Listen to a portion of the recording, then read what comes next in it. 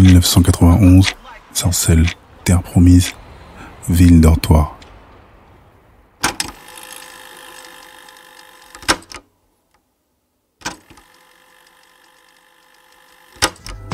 Hormis la musique et les femmes qui occupent une grosse partie de notre vie, on adore traîner ensemble. Souvent en bande, souvent le même style vestimentaire, grosse basket, les 501 moules fion, les casquettes, les bombers.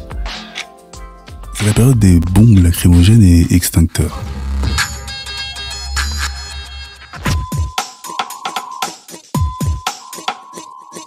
Et on entend parler de NTM, TAB, RCA, Motu, Psychose et j'en passe. Les gangs, les crews, les tags, les graphes. Il y a des noms qui ressortent et qui donnent froid dans le dos. Les requins juniors, les candidats au suicide, les skins. Heureusement, la rue sur des cartons à même le sol. La place carrée, au hall.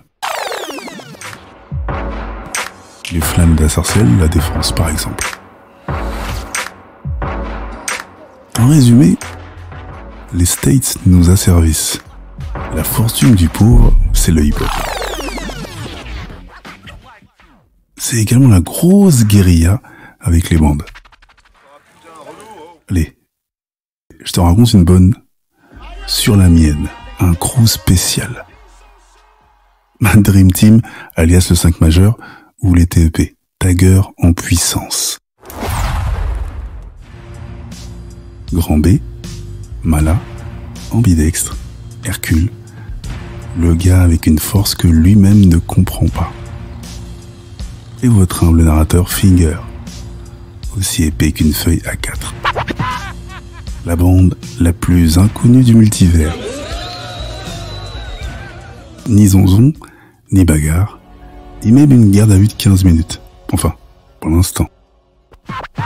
Par contre, de bons sportifs, du style, et ça drague tout ce qui bouge.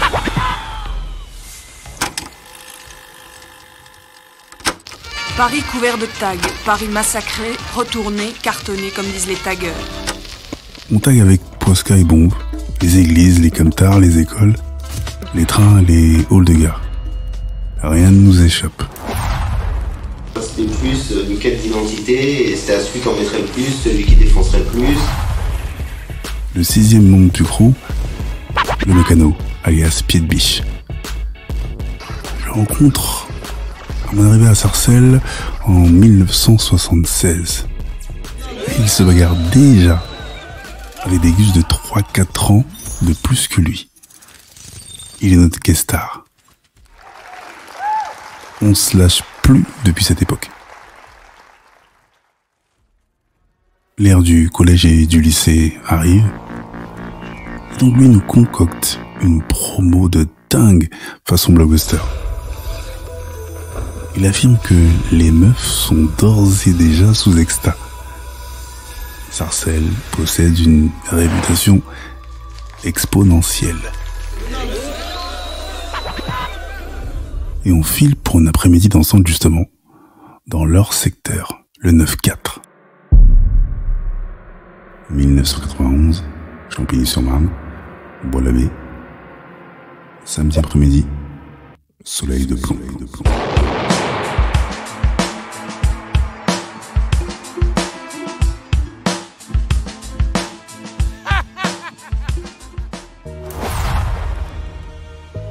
On est arrivé, ça y est. Nous sommes sur une place entourée de buildings. Il y a un peu de verdure. Mais il y a une épicerie tenue par un rebeu, je crois. Et on charbonne directement. On sort nos Posca.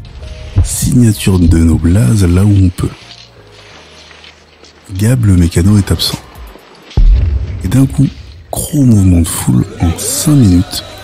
150 personnes débarquent de toutes les directions.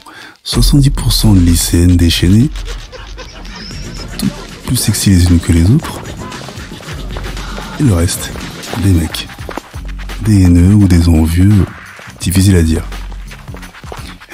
rien à envier aux Beatles.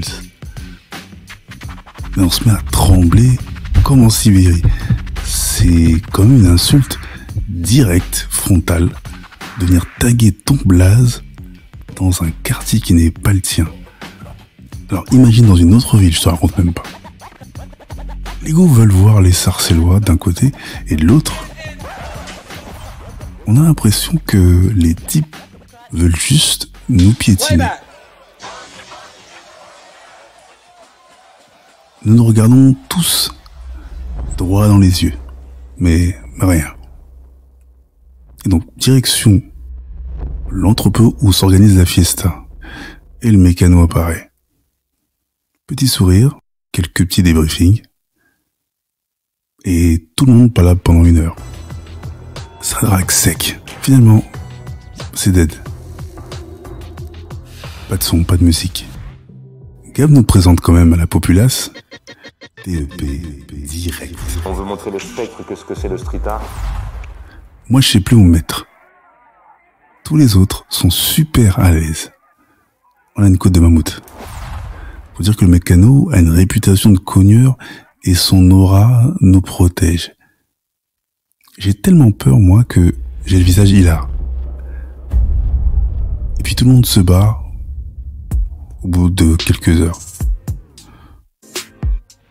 Et ma team repart avec 7-8 numéros de téléphone fixe.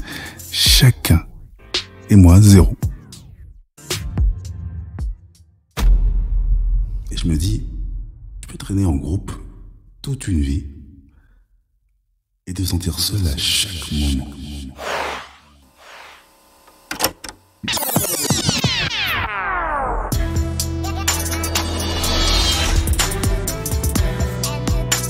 Alors que pour moi, c'est plus une forme de résistance. Donc ça peut être à travers les graphes ou de les embellir et de faire des extraits comme on l'entend sur des murs. Les styles français. LCDG Prod. Le podcast urbain, les chroniques du gouffre, une production LCDG Prod. À la réalisation et au mix, Njolo Chaco pour Angel Prod. Art et concept visuel, Valik Chaco. Écriture et narration, Kevin Chaco. Enregistré au LCDG Studio. Les Chroniques du Gouffre, c'est également une chaîne de podcast comprenant 3 autres programmes. Spin-off, un podcast d'autofiction de 12 épisodes, tiré des Chroniques du Gouffre. Qu'est-ce que tu fais si pose la question du choix. Un podcast interactif court de 60 épisodes. Et Proxémie, un podcast de fiction originale qui parle des relations humaines post-Covid-19. Tu peux retrouver tous nos programmes sur Acast, Apple Podcast, Spotify, Amazon Music Podcast, Deezer et toutes les autres plateformes de podcast. N'oublie pas, mets des étoiles, abonne-toi, partage et parle-en autour de toi. Il y a aussi la chaîne YouTube, les Chroniques du Gouffre, même sanction. Abonne-toi, partage, like, fais de la promo qu'on puisse grossir. Sur ce, à bientôt. Les Chroniques du Gouffre. Les Chroniques du Gouffre. Les Chroniques du Gouffre.